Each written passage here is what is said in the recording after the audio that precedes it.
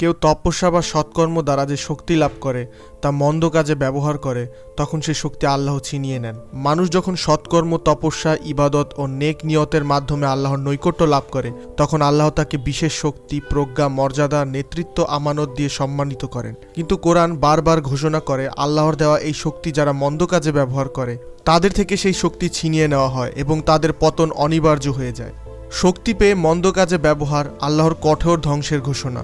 কোরআন বলেছে, যে ব্যক্তি পৃথিবীতে অহংকার করে এবং মানুষকে আল্লাহর পথ থেকে ভ্রষ্ট করে, তার জন্য রয়েছে দুনিয়াতে লাঞ্ছনা এবং কিয়ামতের দিন আমি তাকে দহন যন্ত্রণা আস্বাদন করাবো। যারা ভালো মানুষের মুখোশ পরে থাকে, মহামানবের মতো অভিনয় করে মানুষকে প্রভাবিত করে, তারাই যখন ক্ষমতা পায় তখন তাদের আসল চেহারা বেরিয়ে আসে।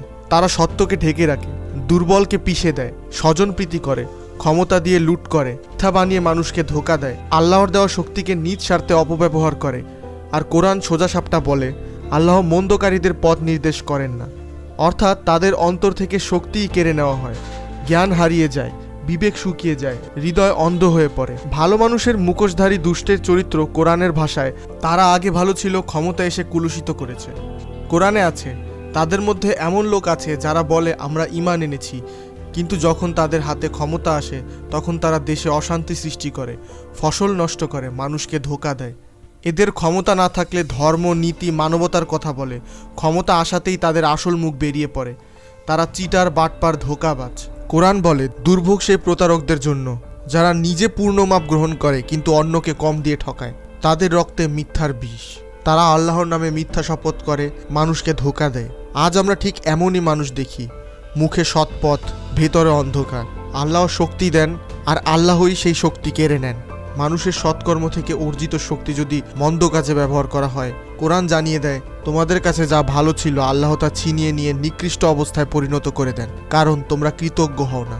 অর্থাৎ ভালো মানুষ সেজে চিটিং বাটপারি করলে হৃদয়ের আলো নিভে যায়, আল্লাহ তাদের হৃদয়ে সিলমোহর করে দেন। ক্ষমতার অপব্যবহারকারীদের বিরুদ্ধে কোরআনের কঠোর বিচার। তারা ফেরাউনের অনুসারী। ফেরাউনও ছিল ক্ষমতাশালী, কিন্তু অহংকারের শক্তিকে অপব্যবহার করেছিল, শেষে ডুবে মারা গেছে। আল্লাহ জালিমদের এমনভাবে পাকড়াও করেন যে তার পাকড়াও খুবই কঠিন। তারা সামুদ ও আদ জাতির মতো ধ্বংসপ্রাপ্তের দলে। তাদের শক্তি ছিল, কিন্তু শক্তি দিয়ে মানুষকে দমন করেছিল। শেষে আল্লাহ তাদের ভূমিকম্প, বজ্রপাত ও ঝড় দিয়ে নিশ্চিহ্ন করেন। তারা অহংকার করলো এবং অবাধ্য হলো, ফলে তাদের ধ্বংস করা হলো। কোরআনের নির্দেশ তাদের পক্ষে দাঁড়াবেন না। তাদের মতো হয় না যারা বিভক্ত মতবিরোধে পড়ে গিয়েছিল যখন তাদের কাছে সুস্পষ্ট নিদর্শন এসেছে। তাদের জন্য রয়েছে বড় শাস্তি। তাদের মিথ্যা ফাঁস করো, সত্যকে প্রকাশ করো এবং জালিমদের বিরুদ্ধে দাঁড়াও। তাদের মন্দ কাজে শক্তি দিও না। তোমরা সৎ কাজে সহযোগিতা করো, কিন্তু পাপ ও জুলুমে সহযোগিতা করো না।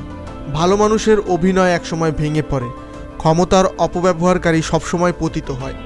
যে ব্যক্তি সত্যের পথে তপস্যা করে শক্তি পায়, কিন্তু সেই শক্তি দিয়ে চিটিং করে, ক্ষমতার অপব্যবহার করে, মিথ্যা বলে, ঠকায়, স্বজনপ্রীতি করে, দুর্বলকে পিষে ফেলে, সে আর আল্লাহর দানকৃত শক্তির যোগ্য থাকে না। কোরআন ঘোষণা করে, আল্লাহ সৎকারীদের বন্ধু, কিন্তু জালেমদের ধ্বংসকারী।